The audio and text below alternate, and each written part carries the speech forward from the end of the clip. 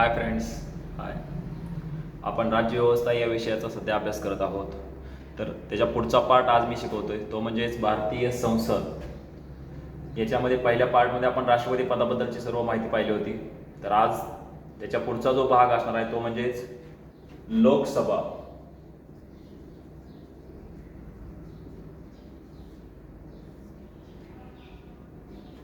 साधारणतः आपण लास्ट भागामध्ये जे पाहिलं की भारतीय संसद हे तिघाची मिळून बनत असते. भारतीय जी संसद असते तर ही 3 भागाची मिळून बनत असते. त्याच्यामध्ये पहिला भाग राष्ट्रपती प्लस लोकसभा प्लस देशाची राज्यसभा, या तिघांना आपण एकत्रितरित्या संसद म्हणत असतो. तर आपण याच्या अगोदरच्या भागामध्ये राष्ट्रपती पदाबद्दल डिटेलमध्ये माहिती पाहिलेली होती. तर आता या भागामध्ये आपण देशाची जी लोकसभा असते तर त्या लोकसभेबद्दलची परिपूर्ण माहिती पाहणार आहोत. त्याच्यामध्ये सुरुवाती पात्रतेपासून ते त्याच्या कार्यापर्यंत सर्व माहिती जी पण स्पर्धा परीक्षेमध्ये याच्याबद्दल विचारली जाते तर ती पूर्ण लोकसभेबद्दलची माहिती आज आपण पाहणार आहोत. तर चला तर मग आपण चालू करूया आजचा आपला भाग, तो म्हणजेच देशाची लोकसभा. आपल्या जे देशाची एक लोकसभा आहे, जिथं आपले ज्याच्यामध्ये आपण म्हणतो ना केंद्रीय मंत्रिमंडळ असतं किंवा देशाचं जिथून सरकार चालवलं जातं, त्याच्यापैकी एक सभागृह म्हणजेच लोकसभा, ज्याचा उल्लेख भारतीय राज्यघटनेच्या कलम नंबर 81 मध्ये करण्यात आलेला आहे. लोकसभेचा उल्लेख आपल्या भारतीय राज्यघटनेच्या कलम नंबर 81 मध्ये करण्यात आलेला आहे. भाग नंबर 5 तो 5वा जो भाग आहे त्या 5व्या भागामधलं कलम नंबर 81 हे लोकसभेशी संबंधित आहे. पहिले जे आपलं म्हटलं होतं जनतेचे सदन किंवा जनतेचे सभागृह, हे जे नाव होतं त्या नावाचं बदलून लोकसभा हे नाव 1954 साली देण्यात आलं होतं. 1954 सालापर्यंत त्याला जनतेचे सदन म्हटलं जात होतं. 1954 सालापासून त्याला लोकसभा या नावानं ओळखलं जातंय. म्हणजे लोकसभा हे आपल्या देशाचं कनिष्ठ सदन या नावानं ओळखतात. लोकसभेला कनिष्ठ सदन या नावानं ओळखलं जातं. तसंच याच सभागृहाला अस्थायी सदन या नावानं पण ओळखतात. अस्थायी सदन किंवा कनिष्ठ सदन. आणि यासाठी एक तिसरं नाव वापरलं जातं, ते म्हणजेच प्रथम सदन. म्हणून बऱ्याच वेळा स्पर्धा परीक्षेला या पहिल्याच भागावर प्रश्न विचारला जाऊ शकतो आपल्याला की खालीलपैकी संसदेच्या कोणत्या सभागृहाला अस्थायी सदन या नावानं ओळखलं जातं. तर संसदेचं अस्थायी सदन म्हणजेच लोकसभा. त्यालाच दुसऱ्या याच्यामध्ये कनिष्ठ सदन या नावानं पण ओळखतात किंवा संसदेचं प्रथम सदन असं म्हटलं जातं. म्हणजे तिन्हीच्या तिन्ही पॉईंट आपल्याला स्पर्धा परीक्षेच्या दृष्टिकोनातून महत्वाचे आहेत. कनिष्ठ सदन, अस्थायी सदन आणि प्रथम सदन. आता ह्याला अस्थायी सदन का म्हणतात हे आपण पुढच्या काही भागामध्ये पाहणार जाऊया. जसं आपण पुढे मी शिकवत जाईल त्यावेळेस मला अस्थायी सदन या शब्दाचा पण अर्थ समजून जाईल. पण सध्या ते हे तिन्ही शब्द लोकसभेसाठी वापरले जातात. मग आता हे लोकसभेमध्ये सदस्य होण्याची पात्रता वगैरे काय असतात, तर जे काय आपल्याकडे लोकसभेचे सदस्य असतात त्या सदस्यांना आपण खासदार या नावानं ओळखतो. सदस्यांना काय म्हणतात, त्याच्या जे पण लोकसभेचे सदस्य असतात त्या सदस्यांना खासदार किंवा त्यालाच आपण एमपी म्हणजेच मेंबर ऑफ पार्लमेंट या नावानं ओळखतो. जे काही सदस्य असतात लोकसभेचे त्यांना खासदार किंवा मेंबर ऑफ पार्लमेंट. राज्यसभेच्या पण सदस्यांना खासदार म्हणतात, लोकसभेच्या पण सदस्यांना खासदार या नावानं ओळखलं जातं.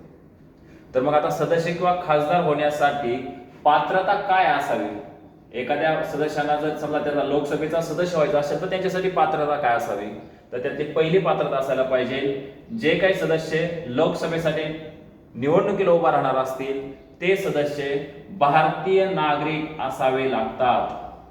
पहिली अट आहे की ते भारतीय नागरिक असावे लागतात.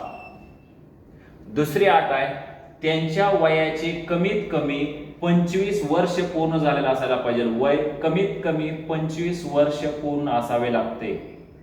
लोकसभेची निवडणूक लढवण्यासाठी वयाची कमीत कमी 25 वर्ष पूर्ण झालेले असावे लागतात. बऱ्याच वेळा तुम्हाला याच्यावर प्रश्न विचारला जातो, लोकसभेचे सदस्य होण्यासाठी वयाची डॅश वर्ष पूर्ण झालेली असावी लागतात. किती वर्षे? 25 वर्ष. वयाचे 25 वर्ष पूर्ण झालेला जे काही व्यक्ती असतील ते लोकसभेची निवडणूक लढवू शकतात. भारतातल्या कुठल्या तरी एखाद्या मतदारसंघामध्ये त्या व्यक्तीचं नाव असावं लागतं. पण आता याच्यावर काय स्पर्धा परीक्षेला, आपल्या लेवलच्या स्पर्धा परीक्षेला याच्यावर प्रश्न विचारला जाणार नाही. जो परीक्षेला प्रश्न विचारला जाणार आहे तो याच्यावर विचारला जातो. वयाची 25 वर्ष पूर्ण झालेली असावी लागतात. पुढचा पॉइंट बघा आपण याचा आता. सदस्य संख्या. आपल्या लोकसभेची सदस्य संख्या, जे स्पर्धा परीक्षेच्या दृष्टिकोनातून सगळ्यात महत्त्वाचे प्रश्न असतात याच्यावरच. सदस्य संख्या. भारतीय राज्यघटनेनुसार, म्हणजे आपली जी राज्यघटना आहे त्या राज्यघटनेनुसार कमाल म्हणजे जास्तीत जास्त आपण म्हणतो सदस्य 552 तरतूद आहे. भारतीय राज्यघटनेनुसार लोकसभेमध्ये जास्तीत जास्त सदस्य म्हणजे 552 सदस्याची तरतूद आहे. या 552 पैकी 500 सदस्य घटक राज्य आणि केंद्र, 550 सदस्य घटक राज्य आणि केंद्रशासित प्रदेशामधून, तर 2 सदस्य राष्ट्रपतीद्वारे नामनिर्देशित केले जातात. आता हे जे 550 आहे, तरतूद 550 ची आहे, पण आता जे आपल्या लोकसभा, ज्या काही अस्तित्वात लोकसभा असतात त्या लोकसभेमध्ये 545 सदस्यांची निवड केली जाते. त्या 545 पैकी 543 सदस्य वेगवेगळे घटक राज्य व केंद्रशासित प्रदेशामधून भरले जातात, तर 2 सदस्य राष्ट्रपतीद्वारे नामनिर्देशित केले जातात. आता हे जे 543 सदस्य आहेत, तर बघूया आपण हे 543 सदस्याचं डिस्ट्रीब्युशन स्टेट वाईज कसं असतं. साधारणतः हे जे 543 सदस्य असतात, या 543 सदस्यापैकी जे काही एससी कॅटेगरी अनुसूचित जातीसाठी जवळपास 84 जागा आरक्षित असतात. म्हणजेच 543 पैकी 84 जागा ह्या एससी कॅटेगरीसाठी आरक्षित असतात, तर जवळपास 47 जागा ह्या एसटी कॅटेगरीसाठी आरक्षित असतात. या 543 पैकी एससी कॅटेगरीसाठी 84 जागा आरक्षित, एसटी कॅटेगरीसाठी 47 जागा आरक्षित असतात. आता हे जे 543 सदस्य आहेत, या 543 पैकी उत्तर प्रदेश, यूपी, उत्तर प्रदेश हे सर्वात जास्त सदस्य संख्या असणारं राज्य आहे. उत्तर प्रदेश मधून, एकट्या उत्तर प्रदेश मधून 80 सदस्य लोकसभेवर निवडले जातात. तर महाराष्ट्र हे दुसरं राज्य की ज्या राज्यामधून 48 सदस्याची निवड लोकसभेवर केली जाते. बऱ्याच वेळा प्रश्न विचारला जाईल तुम्हाला, खालीलपैकी कोणत्या राज्यामधून सर्वात जास्त सदस्य लोकसभेवर निवडले जातात. तर सर्वात जास्त सदस्य उत्तर प्रदेश या राज्यामधून 80 सदस्याची निवड लोकसभेवर केली जाते. नंबर 2 महाराष्ट्र, जिथून 48 सदस्य लोकसभेवर निवडले जातात. तसे संपूर्ण भारतामधून किती सदस्य निवडले जातात?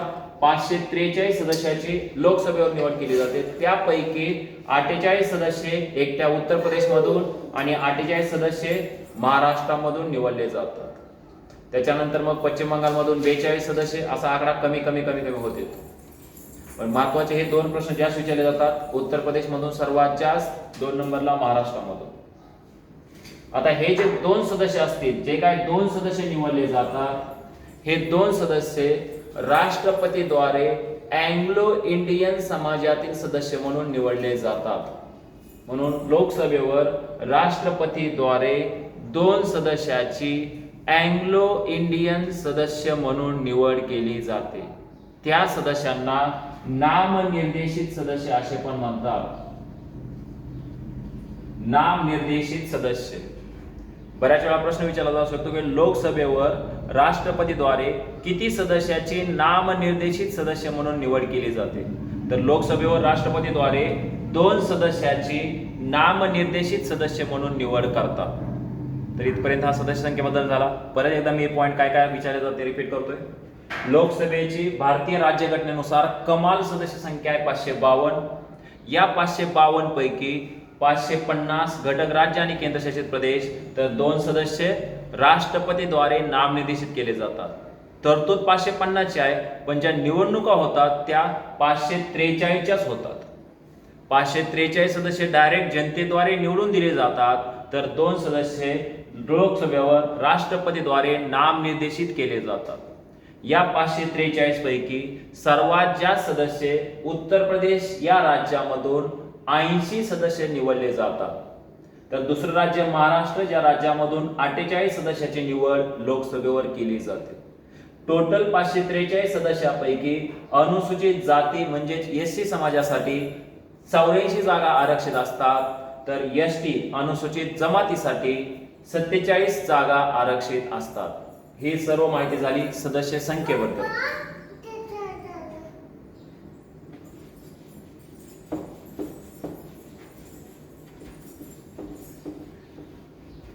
परत जे काही निवडून आलेले सदस्य असतील त्यांचा कार्यकाल. जे पण सदस्य लोकसभेवर निवडले जातात त्यांना एकतर आपण खासदार म्हणतो किंवा लोकसभेचे सदस्य म्हणतो. त्यांना आपल्या भाषेमध्ये लोकसभेचे सदस्य या नावाने ओळखलं जातं. तर ज्यावेळेस ते सर्वच्या सर्व सदस्य त्या सभागृहामध्ये बसतात ते एक लोकसभा सदन किंवा लोकसभा सभागृह तयार होतं, म्हणून त्याला म्हणतो आपण सदन, लोकसभा सदन. सदन म्हणजे त्याला दुसऱ्या भाषेमध्ये सभागृह पण म्हटलं जाते. लोकसभा सदन किंवा लोकसभा सभागृह. तर जे सदस्य लोकसभेचे सदस्य म्हणून निवडून आलेले असतात, एक वेळेस त्यांची निवड झाली तर त्यांचा कार्यकाल असतो 5 वर्ष. म्हणजे 5 वर्षासाठी त्यांची निवड केली जाते. म्हणजेच लोकसभेच्या सदस्याचा कार्यकाल हा 5 वर्ष असतो, तर ते जे सदन तयार होतं त्या सदनाचाही कार्यकाल 5 वर्ष असतो. म्हणून लोकसभा या सदनाचाही कार्यकाल 5 वर्ष असतो, तर लोकसभेच्या सदस्याचाही कार्यकाल 5 वर्ष असतो. प्रत्येक 5 वर्षांनंतर ते जे सदन आहे हे सदन बरखास्त होतं. म्हणजेच या सदस्याचा कार्यकाल संपला, त्यांना परत निवडणुकीला सामोरे जावं लागतं. त्यांचा कार्यकाल संपतो. ज्यावेळेस सदस्यांचा कार्यकाल संपतो सगळ्या, ऑटोमॅटिक त्या सदनाचाही कार्यकाल संपतो. म्हणजेच लोकसभा हे सदन प्रत्येक 5 वर्षांनंतर बरखास्त होतं. म्हणून लोकसभेला अस्थायी सदन या नावानं ओळखतात. कारण ते काय परमनंट निवडलं जात नाही, प्रत्येक 5 वर्षासाठी ते सदन तयार होतं. म्हणून त्या सदनाला अस्थायी सदन या नावानं ओळखलं जातं. बऱ्याच वेळा मी सुरुवातीला पण सांगितलं होतं की याच्यावर तुम्हाला प्रश्न विचारला जाणार आहे. खालीलपैकी संसदेच्या कोणत्या सदनाला अस्थायी सदन या नावाने ओळखतात? तर ते सदन कुठलं आहे? लोकसभा. का ओळखतात?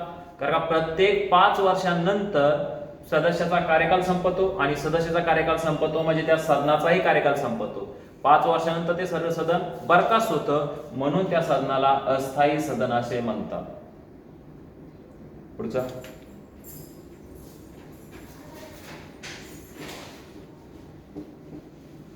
आता ज्यावेळेस या सदनाचे सगळे सदस्य निवडून आल्यानंतर ज्यावेळेस ते सगळे सदस्य एका ठिकाणी बसतात त्यापासून एक सदन तयार होतं. तर हे जे निवडून आलेले सदस्य आहेत, या निवडून आलेल्या सदस्यापैकी एका जणाची लोकसभेचे सभापती म्हणून निवड केली जाते. त्याला म्हणतात लोकसभा सभापती किंवा त्यालाच लोकसभेचे अध्यक्ष पण या नावाने ओळखलं जातं. लोकसभेचे सभापती किंवा लोकसभेचे अध्यक्ष ही दोन्ही नाव वापरतात. त्या निवडून आलेल्या सदस्यापैकीच एका जणाची लोकसभा उपसभापती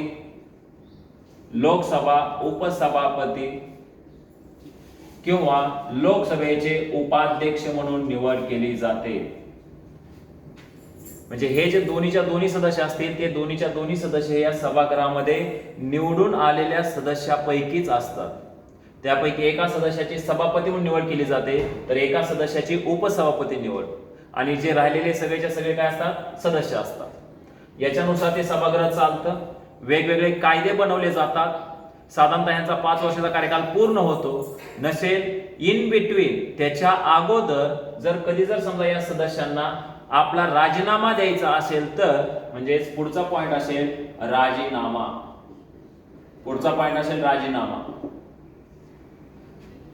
तर हे जे लोकसभेचे सदस्य असतील त्यांना जर आपला राजीनामा, आपलं कार्यकाल पूर्ण होण्या अगोदर आपला राजीनामा द्यायचा असेल तर ते लोकसभेचे सदस्य आपला राजीनामा लोकसभेच्या सभापतीकडे देतात. म्हणजे जे काय लोकसभेचे सदस्य असतील, मी लिहितो खाली इथं, लोकसभा सदस्य आपला राजीनामा लोकसभेच्या सभापतीकडे.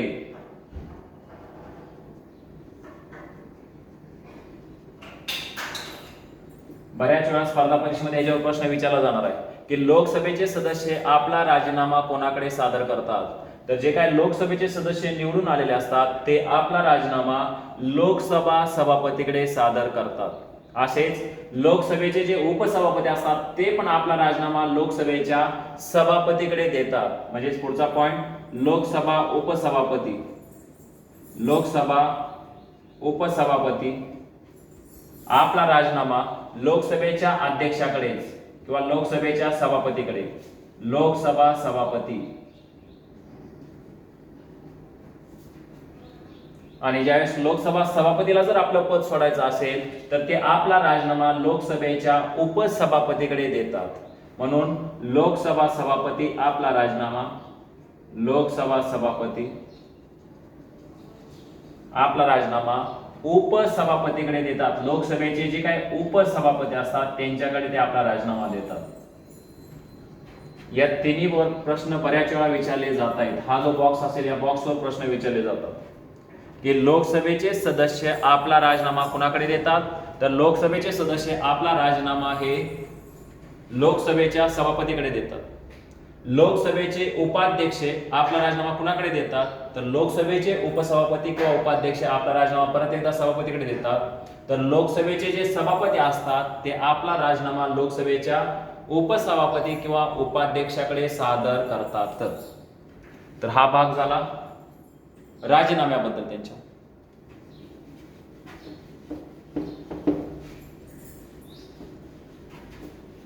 आता हे जे आपण सभापती हा शब्द वापरला, तर ज्यावेळेस पहिली लोकसभा अस्तित्वात आली होती त्यावेळेस म्हणजे स्वतंत्र भारताच्या पहिल्या लोकसभेचे अध्यक्ष, बऱ्याच वेळा परीक्षेला प्रश्न लोकसभेचे अध्यक्ष होते ग वा मावळणकर.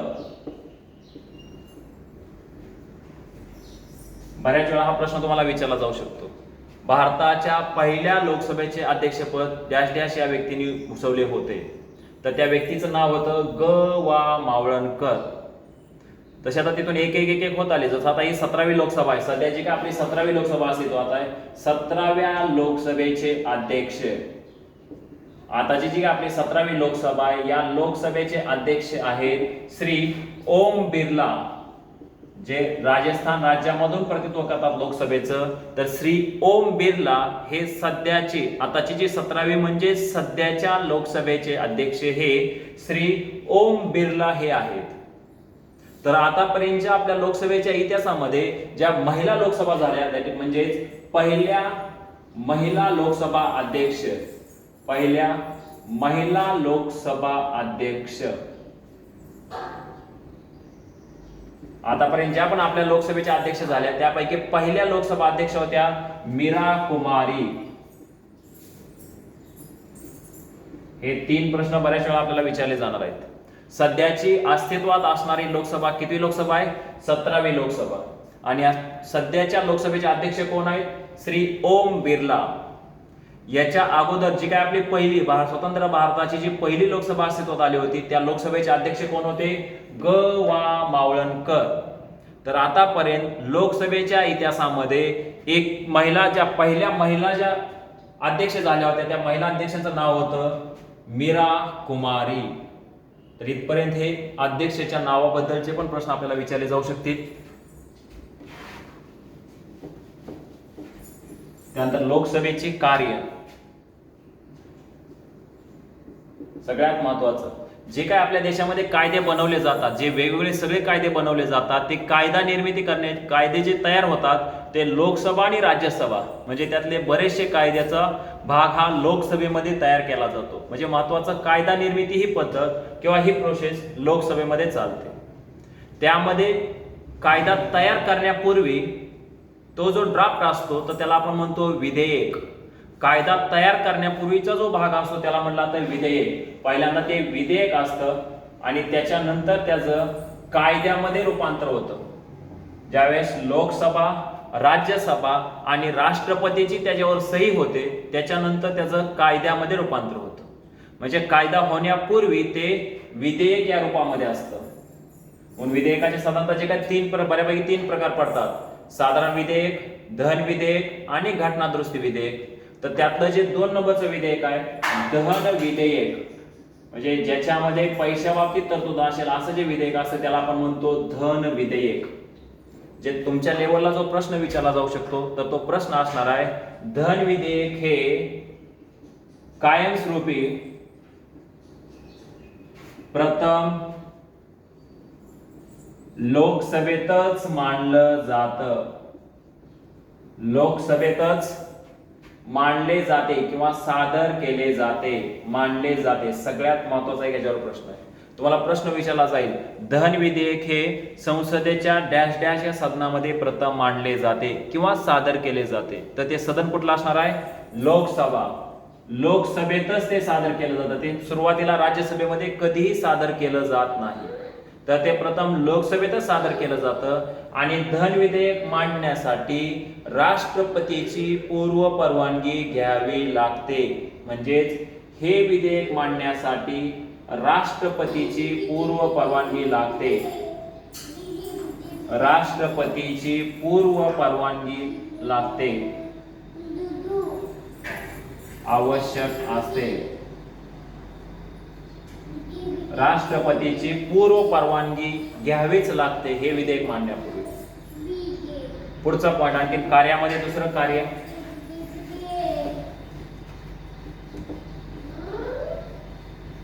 आता ज्यावेळेस दोन्ही सभागृहाची बैठक भरते, एका बाजूला लोकसभा असते दुसऱ्या बाजूला राज्यसभा असते, या दोन्ही सभागृहामध्ये विधेयक मांडले जातात. जर लोकसभा आणि राज्यसभामध्ये जर विधेयक मंजूर नाही झालं तर या दोघांची एकत्रित बैठक बोलवली जाते. त्या बैठकीला म्हणतात संयुक्त बैठक किंवा संयुक्त अधिवेशन. लोकसभा आणि राज्यसभेचं ज्यावेळेस एकत्रित अधिवेशन घेतलं जातंय त्या अधिवेशनाला संयुक्त अधिवेशन असे म्हणतात. आणि हे संयुक्त अधिवेशन बोलवण्याचा अधिकार हा देशाच्या राष्ट्रपतीला असतो. बोलाविण्याचा अधिकार देशाचे जे आपल्या राष्ट्रपती असतात त्या राष्ट्रपतींना तो अधिकार असतो. तर ज्यावेळेस ते संयुक्त अधिवेशन होत असतं त्या संयुक्त अधिवेशनाची जी त्या बैठकीचे अध्यक्ष हे लोकसभा अध्यक्ष असतात. लोकसभा अध्यक्ष त्यावेळेचे जे काय पदसिद्ध लोकसभा अध्यक्ष असतील ते अध्यक्ष हे त्या बैठकीच्या अध्यक्षस्थानी असतात. त्यामुळे तुम्हाला प्रश्न विचारला जाऊ शकतो. पहिला प्रश्न विचारला जाईल तुम्हाला संसदेचे संयुक्त अधिवेशन बोलवण्याचा अधिकार कोणाला असतो? तर संसदेचे संयुक्त अधिवेशन बोलवण्याचा अधिकार राष्ट्रपतीला असतो. आणि ते जे संयुक्त अधिवेशन बोलवलं जातं त्या संयुक्त अधिवेशनाचे अध्यक्ष हे लोकसभेचे अध्यक्ष असतात. तर हे दोन कार्य, हे जे महत्वाची दोन कार्य आहेत लोकसभेच्या बाबतीत, हे दोन्ही महत्वाचे कार्य विचारले जाऊ शकतात. त्यानंतर महत्वाचं यांची अधिवेशने, म्हणजे यांच्या जे बैठका होतात त्याला आपण म्हणतो अधिवेशने. तर साधारणतः प्रत्येक वर्षाला लोकसभेची 2 अधिवेशने होतात. म्हणजेच प्रत्येक 6 महिन्याला एक, प्रत्येक वर्षाला 2 अधिवेशने. परीक्षेला तुम्हाला प्रश्न विचारला जाऊ शकतो की एका वर्षामध्ये लोकसभेची किती अधिवेशनं होतात? तर कमीत कमी 2 अधिवेशनं व्हावी लागतात. जास्तीत जास्त किती होऊ शकतात पण कमीत कमी 2 अधिवेशने व्हावी लागतातच. म्हणजेच 2 अधिवेशनादरम्यान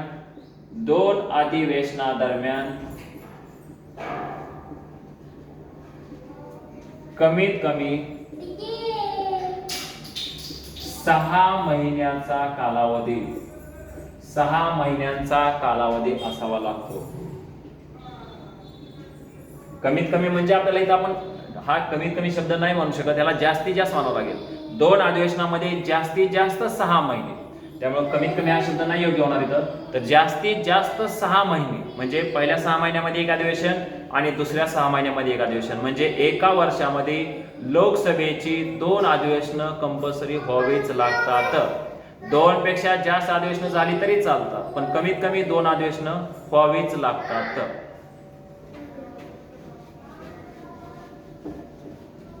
आता जे आपण पाहिलं सध्याची ज्या लोकसभेचं प्रतिनिधित्व हे श्री नरेंद्रजी मोदी करतायत ती लोकसभा किती आहे? तर जी सध्याची अस्तित्वात असणारी लोकसभा ही 17वी लोकसभा आहे. 17वी लोकसभा. त्यामुळे लोकसभा आणि राज्यसभा या दोन्ही सभागृहामधून ज्या पक्षाला लोकसभेमध्ये बहुमत असेल त्या पक्षाच्या नेत्यांना राष्ट्रपती सरकार स्थापन करण्यासाठी बोलवतात. म्हणजे सरकार स्थापन करण्यासाठी बहुमत कुठं असावं लागतं? लोकसभेमध्ये बहुमत असावं लागतं. जर लोकसभेमध्ये बहुमत असेल तर राष्ट्रपती सरकार स्थापन करण्याचं आमंत्रण देतात. ज्या पक्षाकडे बहुमत आहे त्या पक्षाच्या एका व्यक्तीला पंतप्रधान पदाची राष्ट्रपतीद्वारे शपथ दिली जाते व इतर जणांची मंत्रिमंडळातील सदस्य म्हणून निवड केली जाते. म्हणून म्हटलं जातं की पंतप्रधान व मंत्रिमंडळ यांची निवड राष्ट्रपतीद्वारे केली जाते आणि त्यांना शपथ राष्ट्रपतीद्वारेच दिली जाते. पंतप्रधान व मंत्रिमंडळ यांची निवड राष्ट्रपतीद्वारे केली जाते आणि त्यांचा शपथविधी हा राष्ट्रपतीच्या अध्यक्षतेखालीच होतो. तर इथपर्यंत ही सर्व जी माहिती असेल ती आपण पाहिली, ही लोकसभेबद्दलची माहिती. आता पुढच्या भागामध्ये आपण ह्याच्या परत राज्यसभेवरची माहिती पाहणार आहे.